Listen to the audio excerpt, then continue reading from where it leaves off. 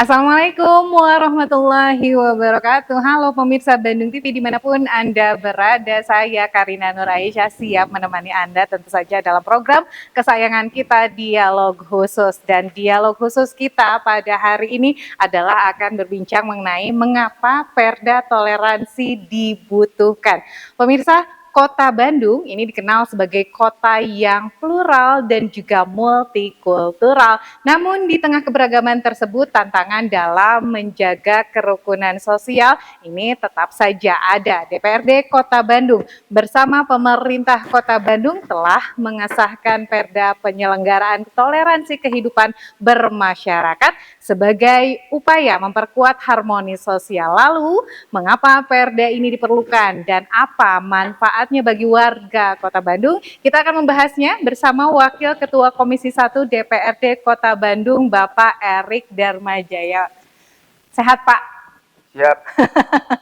Diculik Ibu, dulu ke sini ya di diculik. tengah-tengah kesibukannya. Terima kasih sudah menyempatkan hadir bersama kami di sini untuk berbincang mengenai tema kita pada hari ini, mengapa Perda toleransi dibutuhkan. Pak Erik, apa sih latar belakang lahirnya Perda penyelenggaraan toleransi kehidupan bermasyarakat di Kota Bandung? Apakah ada keresahan-keresahan sebelumnya terjadi yang kemudian menjadi latar belakang adanya Perda ini? Silakan Pak Erik. Ya, selamat pagi, siang, malam. Karena tapping, ya, karena tapping jadi nggak tahu jam berapa nanti ditayangkan. Berkali-kali kayaknya, karena harus mensosialisasikan semuanya ya Pak ya. Iya, jadi Perda peraturan daerah yang diinisiasi oleh kami dari Partai Solidaritas Indonesia PSI. Iya, awalnya itu dengan banyaknya benturan-benturan SARA. Apa SARA? Sara, suku, agama, ras, antar golongan. Ya, jadi sangat prihatin lah. Prihatin bagaimana pemerintah gagap atau tidak objektif menjadi subjektif dikala dihadapkan dengan persoalan SARA tadi. Iya. Jadi SARA itu SARA itu mengacunya kepada yang kemarin itu dikumandangkan itu adanya mayoritas dan minoritas. Ya, nggak tahu siapa yang menciptakan itu. Bapak tidak setuju dengan kalimat itu? Ada mayoritas, ada minoritas. Ya. Ya tahu kan kita tahu di media, oh disebut mayoritas, oh disebut minoritas. Nah, padahal pada sejatinya Kota Bandung itu kan dibentuk bersama. Betul. Negara Kepulauan Republik Indonesia juga disepakati, dimerdekakan bersama-sama. Betul. Bukan berdasarkan satu golongan atau beberapa golongan, semua. Semua bersepakat, berkumpul, mendirikan negara kesatuan Republik Indonesia. Nah, kesatuan kan, yaitu awalnya semangatnya itu. Sebagai warga Kota Bandung resah, galau, malu juga. Adanya terjadi tadi. Masa yang disebut kota, sudah disebut kota. Kota itu kan beda, apa tingkatannya berarti lebih tinggi daripada yang disebut perkampungan atau dalam dusun, perdesaan, dalam hierarki struktur pemerintahan juga. Kalau misalnya di dusun itu kan yang menjabat itu masih kepala dusun. Kalau tingkat kota kan sekarang sudah harus dari PNS, lurah disebutnya juga ya. Berarti harkat, derajat, martabatnya, adabnya juga harusnya lebih. Harus lebih dari lainnya. Gitu. Di tingkat kota masih terjadi kan, bukan memalukan tapi sangat papalukan. Lebih-lebih dari memalukan. Maka dari itu Bapak dan teman-teman barangkali di tim ini menilai regulasi khusus tentang toleransi tersebut perlu begitu ya Pak dibentuk. Dan tentang toleransi dibentuk itu padahal kan sebetulnya sudah ada di tingkat nasional. Kenapa kemudian Bapak dan teman-teman membuatnya lagi di tingkat yang tadi mungkin? Ya, penjelasannya diperkuat di tingkat kota kabupaten. Dengan memperkuat ada cantolannya di tingkat nasional, minimal minimal dengan adanya peraturan daerah kan masyarakat Kota Bandung tuh sudah mengamini, sudah sepakat dalam tingkat kota kabupaten bahwa kita NKRI. Tidak ada selain NKRI.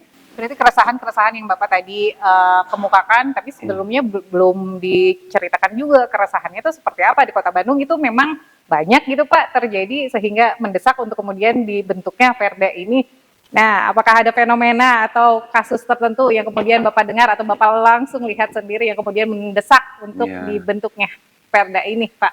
Kalau lihat terus menangani langsung sih, banyak lah yang namanya intoleransi itu bukan hanya di segi sara, kadang-kadang hubungan antar golongan itu, misalnya antar golongan itu kan hubungan tetangga.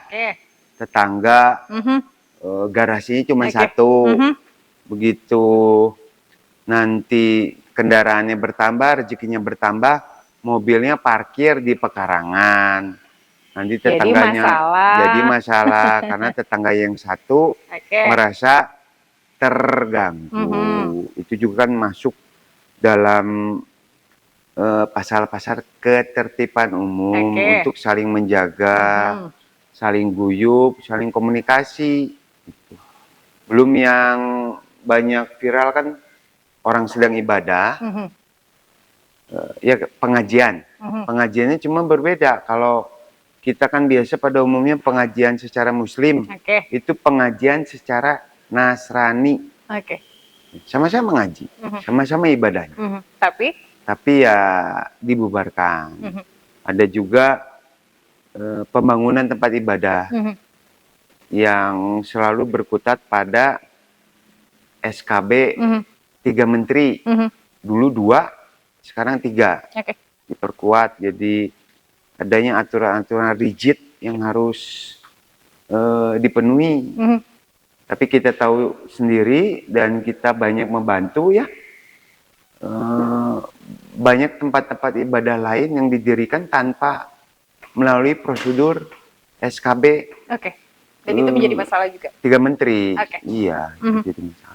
Artinya Perda ini bukan hanya tadi untuk merukunkan berbagai keagamaan saja, kemudian Bapak juga harapkan Perda ini juga bisa menjadi pedoman untuk menjadi membuat masyarakat juga tertib, bukan hanya hidup secara sosial dari beragama tadi, berbeda agama, tetapi juga bertetangga, semuanya ini ada di Perda ini juga. Itu yang Bapak harapkan gitu ya Pak ya? Ya, Perda ini sih sudah diketuk. Awalnya itu inisiasinya di Kota Bandung, karena Kota Bandung paling banyak isu itunya Pak. Pancasila. Awalnya kan Pancasila ditambah dengan toleransi. Ya, Pancasila sebagai satu-satunya ideologi bangsa. Iya, tidak ada lagi ideologi bangsa selain Pancasila. Baik, nanti kita lanjutkan lagi, mungkin akan lebih tajam lagi, lebih dalam lagi mengenai Perda ini, kenapa harus dibentuk. Tadi sudah disebutkan oleh Pak Erik hal yang melatar belakangi kenapa harus didesak Perda ini yang sudah disahkan dan di Kota Bandung. Ternyata banyak juga hal-hal terjadi yang kemudian masih mengenai SARA tadi kata Pak Erik. Nah, nanti kita akan bahas lagi dan Perda ini hadir sebagai instrumen untuk memperkuat kerukunan di tengah keberagaman masyarakat Kota Bandung. Setelah jeda, kita akan membahas lebih jauh substansi aturan serta bagaimana implementasinya di lapangan. Pasti banyak kesulitannya. Kami akan kembali seusai jeda. Tetap bersama kami di Dialog Khusus Bandung TV.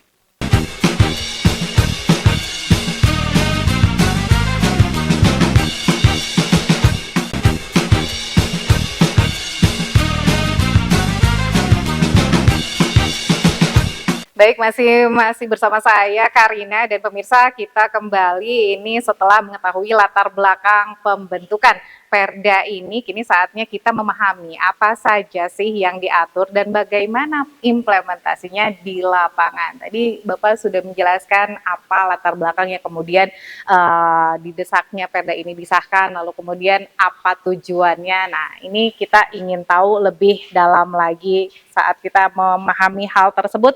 Ini pemirsa di rumah juga pasti tentu saja penasaran apa saja sih yang diatur dalam Perda tersebut, lalu kemudian kesulitan yang kemudian pasti ditemukan di lapangan, bagaimana cara mengimplementasikannya. Boleh silahkan Pak Erik. Ya, jadi Perda Pancasila dan toleransi itu memang ada beberapa pasal, Oke. memang termaktub semua. Pertama, Oke. untuk keyakinan ideologi, ideologi bangsa itu Pancasila, Oke. karena sudah sepakat didirikan bangsa Indonesia. Lalu kedua, yang toleransi itu untuk mengatur hubungan, ya hubungan itu SARA, SARA, SARA suku, agama, ras, dan antar golongan. Oke.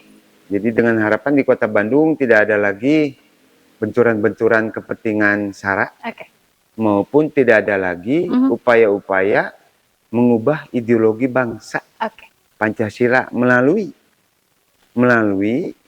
agamanya masing-masing. Kan banyak para pemuka-pemuka agama yang mengatur dengan aturan-aturan yang ada di dalam kitab sucinya masing-masing. Ya. Di sana kan ada larangan, apa yang boleh, apa yang tidak, apa yang diperintahkan. Tentu konsep tentu wahyu atau mazhab ya, betul. Berbeda-beda mazhab. Ya, berbeda tentu itu harus sesuai dengan kebangsaan dan kenegaraan kita. Ya, selama itu masih on the track, itu biasanya yang lebih spesifik yang mengatur kan yang khusus itu Kesbangpol. Jadi bagaimana cara Perda ini tadi menyatukan itu? Kalau Bapak kan tadi inginnya ya udahlah kita perkuat perekonomian saja, jangan kemudian menjadi berselisih paham apalagi mengenai agama, golongan dan lain sebagainya begitu ya Pak ya, kita bersatu semuanya. Nah, cara bersatunya itu gimana tuh Pak melalui Perda ini? Berbeda agama, berbeda suku, berbeda golongan. Bapak ingin semuanya gabung, ingin semuanya. Jadi implementasinya, di lapangan seperti implementasi atau pelaksanaan di lapangan, pertama nih yang selalu saya kritisi. Apa tuh Pak? Pertama itu pendidikan harus pembauran pendidikan. Saya yakin Ibu presenter namanya siapa tadi? Karina Pak. Ibu apa Teteh? Boleh Bapak silahkan. Kelihatannya dari Karina, umurnya apa nih Pak? Teteh lahnya. Teteh. Silakan Pak. Teh Karina, pembauran pendidikan. Karena saya lihat di sekolah negeri, sekolah swasta masing-masing gitu. Malah ada sekolah swasta yang sekolah Kristen sekolah Katolik terus ada juga sekolah Islam ya sekolah Buddhis Itu kan sudah pembeda. Segmented banget gitu ya. Belum kalau di sekolah negeri kan gitu. Jadi memang harus pembauran pendidikan karena menurut data saya bincang-bincang juga kan jadinya kelompok. Jadi kadang-kadang kalau teman-teman yang tidak bergaul bertemannya itu saja, ketemu yang berbeda itu agak aneh dan agak canggung, kikuk. Karena berbeda tadi. Iya, apalagi kalau kita bicara yang lain-lain yang lebih sensitif, agak aneh. Karena dari kecilnya sampai dewasa, sampai bekerja pun kelompoknya itu saja. Namun peribahasa orang Sunda mah kurung batok di situ, itu keluar. Harus berbaur. Dan juga ada keterlibatan tokoh masyarakat seperti para pemuka agama dari setiap agamanya. Karena di kita itu masyarakat Kota Bandung, pada masyarakat Indonesia pada umumnya, masyarakat Kota Bandung pada khususnya itu semuanya baik dan penurut. Jadi kalau pimpinannya ngomong apa? A ya, semua. Pimpinannya ngomong B, semua. Jadi figur pimpinan Umaro itu sangat penting. Baik, jadi semua pihak tentu saja harus dilibatkan demi mencapai satu tujuan kita semua tadi, pembauran, semua tidak ada konflik antar beragama, antar golongan, antar suku, semuanya harus berbaur. Salah satunya adalah caranya tadi pembauran pendidikan, gitu menurut Bapak ya. Tapi sebenarnya awal pendirian negara, awal pendirian Kota Bandung juga semua berbaur. Berbaur ya. Semua berbaur, tahu-tahu diciptakan dalam masa depan ini, diciptakan konflik-konflik yang menyinggung. Nah, siapa awalnya gitu ya Pak ya. Nah kita tahan dulu barangkali ya Pak ya, Perda ini tampaknya tidak hanya menjadi tanggung jawab pemerintah saja, tetapi juga membutuhkan keterlibatan seluruh elemen masyarakat. Dan pada segmen nanti kita akan membahas kritik, tantangan, dan juga harapan tentang Perda ini. Kami akan kembali seusai jeda, tetap bersama kami.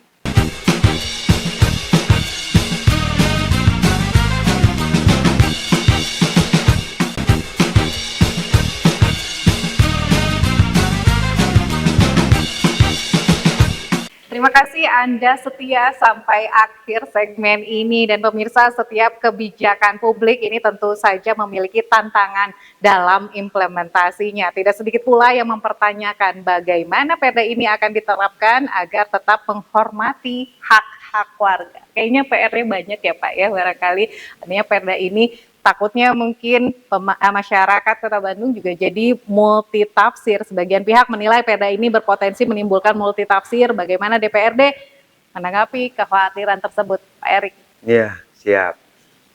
Jadi kalau peraturan daerah itu kan kerangka acuan, semangat pemikirannya dimaktubkan dalam pasal-pasal.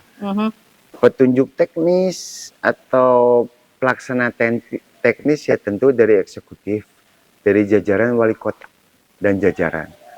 Nanti mereka harus menerbitkan peraturan wali kota tentang teknis-teknis yang akan dilakukan. Tapi sepakat jangan sampai jadi multitafsir. Multitafsir itu apa? Terjadilah toleransi yang kebablasan, toleransi yang over, toleransi yang lain-lain.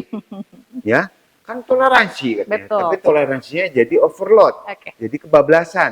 Tidak boleh, kan ada aturan norma di situ. Norma-norma ya, pedoman ya, pedoman kehidupan berbangsa dan bernegara. Bagaimana kita dalam masyarakat pada umumnya. Bagaimana tuh Pak caranya? Untuk petunjuk teknisnya tentu akan dirumuskan kembali dalam suatu bentuk peraturan wali kota. Itu semangatnya. Itu aturannya juga. Ada peraturan daerah, nanti diturunkan dalam peraturan wali kota dalam bentuk juknis dan juklak, petunjuk teknis dan petunjuk pelaksanaan. Harus sesuai semuanya dengan itu. Ya, kerangkanya ya dari peraturan daerah. Ya, begitu. Nah, pasti ada tantangan-tantangannya. Banyak sekali tantangan yang kemudian Bapak hadapi bersama teman-teman. Apa tuh Pak? Tantangan gitu kan banyak, kita aja sama keluarga di rumah pasti berbeda pendapat. Ya, dalam keluarga inti, ibu punya suami, punya anak. Kadang-kadang sama tetangga kan ada aja. Tapi itu tentu semua hanya sampai mulut kan, pemikiran dan mulut. Tidak sampai kekerasan, tidak sampai lain-lain, tidak sampai bakar-bakar, tidak sampai mengerahkan massa. Apakah Ibu mengerahkan massa untuk keluarganya? Nah, kalau sampai yang mengerahkan massa, kayaknya tantangan terbesar yang kemudian kayaknya kira-kira menurut Pak Erik itu tantangan terbesar apa yang akan Pak Erik hadapi dengan adanya Perda ini, Pak Erik? Sudah diketok kalau Perdanya. Dengan susah payah, dengan untuk perjuangan. mengimplementasikannya di kehidupan. Nah, tentu implementasinya nanti kita tunggu. Kita tunggu implementasi. Tapi ya memang itu sudah wajib sebagai negara kesatuan kan. Kalau Bapak sendiri pernah menghadapi seperti apa Pak? Menghadapi kesulitan-kesulitan yang kemudian setelah ada Perda ini kemudian jadi motif SARA itu biasanya cuma 3. Apa tuh Pak? Apa saja? Iya, motif SARA itu cuma 3. Pertama, motif keuangan. Kedua, motif politis atau keyakinannya masing-masing. Ya, motif politis atau keyakinan masing-masing. Ketiga, motif persaingan antar kelompoknya. Itu aja sih, nggak jauh-jauh. Perekonomian, politik, dan juga tadi pencapaian. Motifnya, pencapaian kelompoknya masing-masing. Nggak ada lagi. Dan semua itu bisa menimbulkan konflik tadi juga. Iya, banyak. Makanya pemerintah itu bukan sebagai wasit. Ada pemerintah hadir, tapi sebagai wasit, ya dibenturkan misalnya ada golongan itu 2 golongan silakan. Tapi keputusan final memihak atau tidak memihak atau ngambang kadang-kadang. Harapan Pak Erik hadirnya pemerintah itu seperti apa Pak Erik? Ya, bukan harapan saya saja, harapan seluruh masyarakat Kota Pak Erik Bandung. mewakili seluruh masyarakat Iya. Kota Bandung. Iya, objektif. Oke, apa tuh Pak? Tentu adil seadil-adilnya, objektif. Bukan karet, bukan subjektif, bukan juga apa namanya itu? Ngambang itu apa ya bahasa Indonesianya? Di tengah-tengah itu- nggak jelas gitu ya Pak ya? Ah iya, gak jelas. Nggak jelas. Gak jelas. Mhm. Pengawasannya seperti apa Pak Erik? Pengawasan dari kita ya tentu kita dorong, ini perwalnya belum keluar. Ya. Sebelum itu, jadi apa yang Pak Erik dan teman-teman lakukan? Ya tentu step by step, ada perda sudah, nanti ada perwal, nah nanti implementasi, itu kan sesuai tugas dan fungsi DPRD. Oke. Agenda selanjutnya, Ya, Pak Erik? apakah implementasinya berjalan? Oke. Sejauh ini terlihat oleh Pak Erik seperti apa? Sejauh ini masih melibatkan figur, Figur apa tuh Pak? figur minta maaf, KDM. Oke. Lapor aja KDM Bapak Aing, pasti beres masalahnya. Gitu. Sejauh ini. Seharusnya seperti apa Pak? Ya seharusnya enggak lah. Ya seharusnya pemerintah Kota Bandung, ada wali kota, selesai. Ada dinas, selesai. Seharusnya begitu. Buat apa dibentuk RT, RW, ada lagi Kesbangpol dari dinas, ada lagi forum-forum masyarakat, banyak. Ada FKUB, forum kebangsaan apa itu, terus ada apalagi FKDM, ada lagi MUI, ada lagi apa, banyak kan. Menurut Pak Erik itu keliru jadinya. Apanya? Tadi harusnya kan jangan langsung KDM, harusnya dibawa dulu apa segala macam, itu keliru atau ada yang salah atau ada gimana tuh Pak?